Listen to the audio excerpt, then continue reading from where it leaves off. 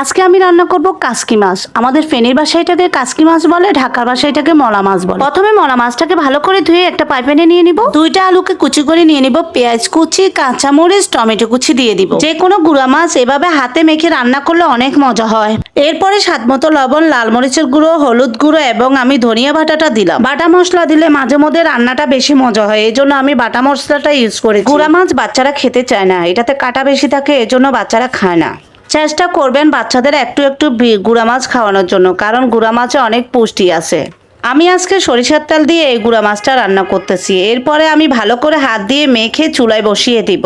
এমনভাবে মাখতে হবে যেন মশলাটা মাছের সাথে ভালো করে মিক্স হয়ে যায়। হালকা একটু পানি দিয়ে দিবেন। এরপর চুলায় বসিয়ে দিয়ে একটা ঢাকনা দিয়ে মাছটাকে ঢেকে রাখবো। কিছুক্ষণ পরে ঢাকনাটা সরিয়ে মাছটাকে একটু নেড়ে ছেড়ে দিব।